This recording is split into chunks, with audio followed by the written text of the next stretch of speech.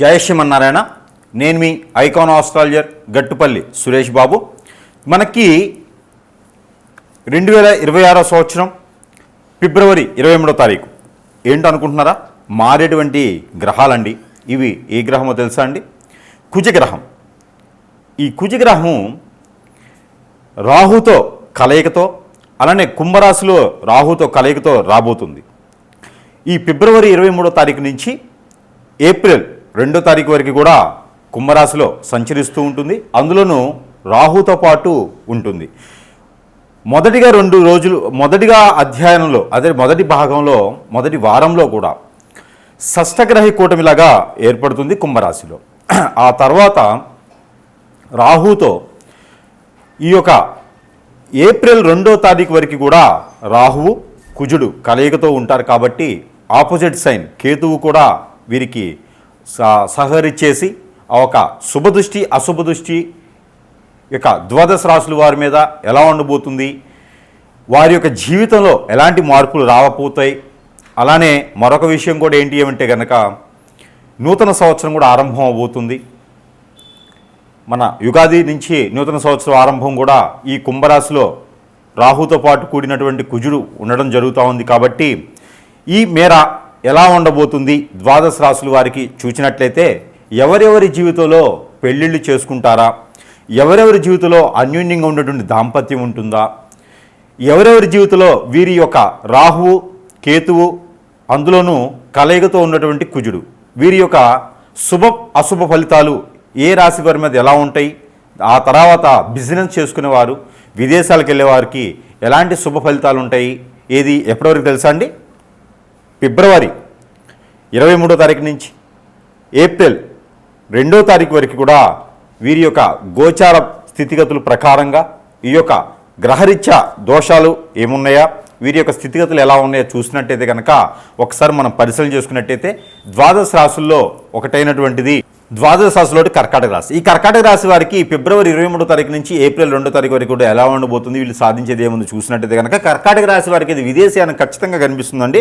అలానే బ్రోకర్లను నమ్మేసి ఏజెంట్లు నమ్మేసి మోసపోకండి, డబ్బులు ఇచ్చేసి ఇబ్బంది పడేలా కనిపిస్తుంది. కాబట్టి అలాంటి కాకుండా మీరు ఇండిపెండెంట్గా ఇండివిజువల్గా ప్రయత్నం చేస్తే కనుక ఖచ్చితంగా మీరు విదేశాలకు వెళ్ళేది ఐఎస్టీడీ కాల్ చేసేదానికి అయితే కనబడుతుంది. వాట్సాప్ కాల్ అయితే కూడా ఇండియాకి ఫ్రీగానే కనిపిస్తుంది. కాబట్టి అలాంటి కాల్స్ గురించి అయితే కాకుండా మీరు ఫోన్ ఉంటే కన్నా సరిపోతుంది. కాబట్టి మీరు విదేశానికి వెళ్ళేలా బాగా కనిపిస్తుంది. కాబట్టి చదువుకోవడానికైనా యూనివర్సిటీ సీట్ కోసమైనా జాబ్ కోసమైనా జాబ్లో గ్రోతింగ్ కోసమైనా అక్కడ ఉండేటువంటి పరిస్థితులకైతే మీకు వ్యవస్థ కోసం అయితే మీకు అన్ని రకాలు కూడా విదేశాలు చాలా బాగుంది. ప్రయత్నం చేయండి. ఇండిపెండెంట్గా డబ్బులు ఆలోచన పెట్టుకోకుండా, ఇది వాళ్ళకి డబ్బులు ఏమి ఇవ్వకుండా బ్రోకరేజ్ వాళ్ళకి కానీ ఏజెంట్లకు కానీ నమ్మకండి. మీరు ఇండిపెండెంట్గా ప్రయత్నం చేయండి. అలానే ఆరోగ్య సమస్య కూడా కనిపిస్తూ ఉంది. ఈ ఆరోగ్య సమస్య వచ్చేసి మీకు ఈ యొక్క మోకాళ్ళ నొప్పులు, మోచేతుల నొప్పులు, బ్రెయిన్ పని చేయకపోవడం, స్ట్రెస్ అవ్వడం లాంటివి బాగా కనిపిస్తుంది. కాబట్టి దాని దగ్గర ప్రికాషన్స్ అయితే ఖచ్చితంగా తీసుకోవాలి. వామ్ వాటర్ తాగండి రోజు కూడా. దాంతోపాటు మీకు పెళ్లి కానటువంటి వారు ఎవరైనా ఉన్నారంటే, కుజదోషం ఎవరికైనా ఉంది అంటే కనుక వాళ్ళలో ఆ చర్మానికి సంబంధించినటువంటి చర్మ వ్యాధులు వచ్చేలా కనిపిస్తుంది. స్కిన్ ఎలర్జీ అంటారు, స్కిన్ ఎలర్జీ అయితే కనిపిస్తూ ఉంది. ప్రతిరోజు మిరియాలు అయితే 2 తినండి పరగడుపున. దాంతోపాటు ఎడ్యుకేషన్ పరంగా మీరు ఇంకేదైనా బయటికి వెళ్ళాలనుకున్నారా?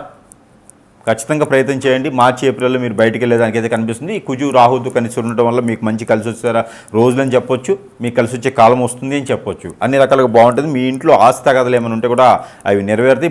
పెళ్ళి అయిన తర్వాత భార్య భర్తలు విడిగా ఉంటే కూడా మీరు పోయేసి కూర్చొని మాట్లాడితే కనుక అవి కూడా సానుకూల పడేటువంటి వాతావరణం అయితే కనిపిస్తూ ఉంది. ఇంకా కూడా అన్ని రకాల రంగాల్లో మీకు బాగుంది. వ్యాపార వృద్ధి కూడా చాలా బాగుంది. కర్కాటక రాశి కూడా మీరు రియల్ ఎస్టేట్ రంగంలో చాలా బాగుంటుంది. తొందరపడి నిర్ణయాలు తీసుకోవద్దు. అలానే కార్లు గట్రా ఏమైనా కొనుక్కునే అనుకుంటే కనుక మార్చిలో కొనుక్కొని మీకు అన్ని రకాల కలిసి వచ్చేదానికి కనిపిస్తుంది. ఇంకా ఏదైనా ఉంటే కూడా చిన్నపాటి పరిహారం చేసుకోండి. పరిహారం చేసుకున్న తర్వాత మీకు అన్ని రకాల అదృష్టాలు కలిసి వస్తాయి. ఇంకేదైనా హాస్పిటల్ రంగంలో ప్రయత్నం చేయాలనుకున్న వారు హాస్పిటల్ రంగంలో కట్టొచ్చు. దాని డయాగ్నోస్టిక్స్ కానీ మెడికల్ షాప్స్ కానీ కూడా చాలా బాగుంటుంది. కాబట్టి ఆ రకమైన ప్రయత్నం చేయండి. ఫ్రెండ్స్ కానీ పక్కన వాళ్ళని కానీ ఎదురు వాళ్ళని కానీ పైన వాళ్ళకి కానీ కింద వాళ్ళకి కానీ అటుపక్కన ఇంటి పక్కన ఎవరిని నమ్మకండి. మీ ఫ్రెండ్స్ అని ఉంటే కనుక వాళ్ళని నమ్మితే ఖచ్చితంగా మీరు ఇబ్బంది పడి వచ్చింది. కాబట్టి మరి అలాంటి నమ్మకుండా ఉంటే సరిపోతుంది. ఇంకా చిన్నపాటి పరిహారం చేసుకుని అదృష్టవంతులు లేదానికైతే ఆ ఆలోచన ఉంటుంది. అలానే ఈ రాశి వారైతే కనుక ఖచ్చితంగా ఇలాంటి పరిహారం ఒకటి చేసుకున్నట్లయితే మనం అనుకున్నట్టుగా మీలో ఉన్నటువంటి దోషాలే కావచ్చు, ఈ యొక్క రాహు కేతువుది, దాంతోపాటు కుజునిది, ఈ దోషాలు ఎవరికైతే ఉన్నాయో వారు ఎక్కువగా ఇలాంటి పరిహారం చేసుకోవడం ద్వారా అన్ని రకాల సానుకూలమైనటువంటి వాతావరణం అయితే మీకు లభ్యపడేదానికి అవకాశం ఉంది. కాబట్టి ఈ పరిహారం అయితే మీకోసం. ఎవరి జాతకంలో అయినా సరే రాహుకేతు దోషం ఉంది అనుకున్నప్పుడు ఈ యొక్క రాహువు కుజుడితో పాటు కుజుడు రాహుతో పాటు సంచరించేటప్పుడు, అది కూడా కుంభరాశిలో సంచరించేటప్పుడు ఈ యొక్క చిన్న పరిహారం చేసుకోవాలి. అది ఏమిటో తెలుసా అండి?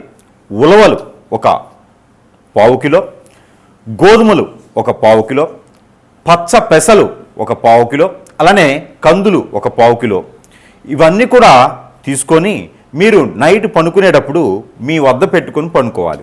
అంటే మీ తల దగ్గర కావచ్చు, మీ పక్కన కావచ్చు పెట్టుకొని పనుకోవాలి.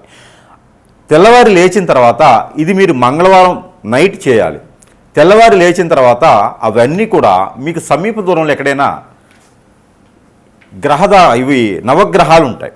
ఆ నవగ్రహాల దగ్గర తీసుకొని వెళ్ళి నవగ్రహాల చుట్టూతో 11 సార్లు ప్రదక్షిణ చేసుకుంటూ ఈ యొక్క మిశ్రమాలు ఏవైతే ఉన్నాయో ఈ తీసుకున్నటువంటి అన్నీ కూడా వాటి మీద అభిషేకం చేసుకోవాలి. దాని ద్వారా మీకున్నటువంటి గ్రహరీత్యా దోషాలన్నీ కూడా చిటికలో పటాపంచలైపోయి మీకు వివాహాలు ప్రాప్తి పొందుతుంది, విదేశానికి శుభప్రదంగా వెళ్ళేదానికి ఉంటుంది, ఆర్థిక స్థితిగతులన్నీ కూడా మెరుగవుతాయి. అలానే మరొక పరిహారం, పెసర గుగ్గిళ్ళు ఉంటాయి. పెసలు ఉంటాయి కదా, అవి గుడాలు వండాలి. ఆ పెసలు గుడాలుగా వండి 1 కిలో సుమారుగా వండి దాంట్లో కొబ్బరి పౌడర్ ఉంటుంది, ఎండు కొబ్బరి పౌడర్ ఉంటుంది. ఆ పౌడర్ని కలిపేసి దాంట్లో బెల్లం లేదా షుగరు కలపాలి. ఆ కలిపినేసినటువంటిది నైవేద్యం ఏదైతే ఉందో ఇది ఆలయంలో, ఎక్కడ రాములవారి ఆలయంలో కానీ, కృష్ణాలయంలో కానీ, ఎక్కడైనా శ్రీ వెంకటేశ్వర స్వామి వారి ఆలయాల్లో కానీ దీన్ని నైవేద్యంగా పెట్టాలి. ఆ నైవేద్యాన్ని ఇరువురికి కూడా మీరు ప్రసాదం కింద తీసుకోవడం వలన, ఇవ్వడం వలన కూడా దీని వలన మీకు అన్ని రకాల గ్రహదోషాలు కూడా పటాపంచలైపోయి మీ ఆరోగ్య సమస్యలన్నీ కూడా నెరవేరుతాయి. అలానే ఈ రాసుల వారికి ఈ చిన్న పరిహారం అయితే కనుక ఖచ్చితంగా మీకోసం. ఏమిటంటే కనుక మీకు కుజుదోషం, రాహుకేతు దోషం ఏమైనా ఉందా? అయితే మీకు మీ పొలాల్లో కావచ్చు, ఒడ్ల మీద కావచ్చు, గట్ల మీద కావచ్చు, మీ ఇంట్లో కావచ్చు, నర్సరీలో నుంచి తెచ్చుకొచ్చే మొక్కలు కావచ్చు, మీరు అపార్ట్మెంట్లో ఉంటే ఆ మొక్క ఒకటి తెచ్చుకుంటే సరిపోద్ది. ఏమిటి అనుకుంటున్నారా? అరటి మొక్క. ఈ అరటి మొక్క కానీ అంటు కానీ ఏమైనా ఉంటే తీసుకొచ్చుకొని దానికి ఒక పసుపు తాడు, అది ఎట్లాగా కావాలి అంటే కనుక ఆడవారైనా మగవారైనా సరే ఒక తెల్లని దారం, మిషన్ దారం ఉంటుంది కదా, అది తీసుకొచ్చుకోండి. అది మీరు ఎంతైతే హైట్ ఉంటారో బొటనవేలు, ఖాళీ బొటనవేలు దగ్గర నుంచి తల వరకు కూడా ఇలాగ కొలుచుకోండి. పోగులు పోయండి. ఆ పోగులు 9 ఉండాలి. 9 పోగులు పోసి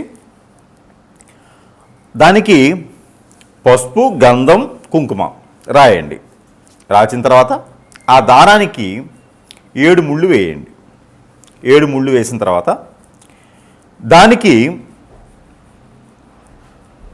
ఒక పసుపు కొమ్ము కట్టండి. దానికి ఒక తమలపాకు కట్టండి. దానికి ఒక మామిడాకు కట్టండి. ఇలాగా కట్టినటువంటి ఆకులతో ఉన్నటువంటిది ఇది తీసుకొని వెళ్ళి ఆ ఒక గురువారం రోజు కానీ మంగళవారం రోజు కానీ చేయాలి. ఇది ఎప్పుడు? ఏప్రిల్ 2వ తారీఖు లోపే చేయండి. ఇది తీసుకొని వెళ్ళి ఆ అరటి కొమ్మకి, అరటి మొక్కకి కట్టేసేయండి. 3 ముళ్ళు వేసేసేయండి. వేసేటప్పుడు మీకున్నటువంటి దోషాలు ఏవైతే ఉన్నాయో ఆ దోషాలన్నీ కూడా మీకు ఇంతటితో పటాపంచలైపోవాలి, ఉపశమనం లభించాలి అని మొక్కుకోండి. తర్వాత ఒక 3 అదే రోజున టిఫిన్సో భోజనమో పెట్టండి. ఇది అయిన తర్వాత చెట్టు తీసుకెళ్ళి మరుసటి రోజు ఒక నిద్ర చేసిన తర్వాత ఆ మొక్కను తీసుకుని వెళ్ళి ఎక్కడైనా ఆలయంలో కానీ స్థాపించండి. మీ పొలాలు ఉంటే పొలాల్లో స్థాపించండి. ఈ 2 లేదనుకుంటే ఇంట్లో ఉంచకండి. తీసుకుని వెళ్ళి ఎక్కడైనా పారేడు నీటిలో వేసేయండి. ఆ కుండితో సహా పారేడు నీటిలో వేయండి. ఇలా చేయడం ద్వారా కాలసర్ప దోషం, నాగదోషం, కుజుదోషం, కళత్ర దోషం, దాంట్లో కూడా రాహుకేతు దోషం, భార్యాభర్తలు దూరమైన, పెళ్ళైన తర్వాత దూరమైన, పెళ్ళి కావట్లేదు అనుకున్నా, ఎంగేజ్మెంట్లో సంబంధాలు ఆగిపోయినా, దగ్గర దాకా వచ్చే సంబంధాలు పోయినా కూడా ఈ ఒక పరిహారం చేసుకుంటే అదృష్టం అనేది మీ వరకు వస్తుంది.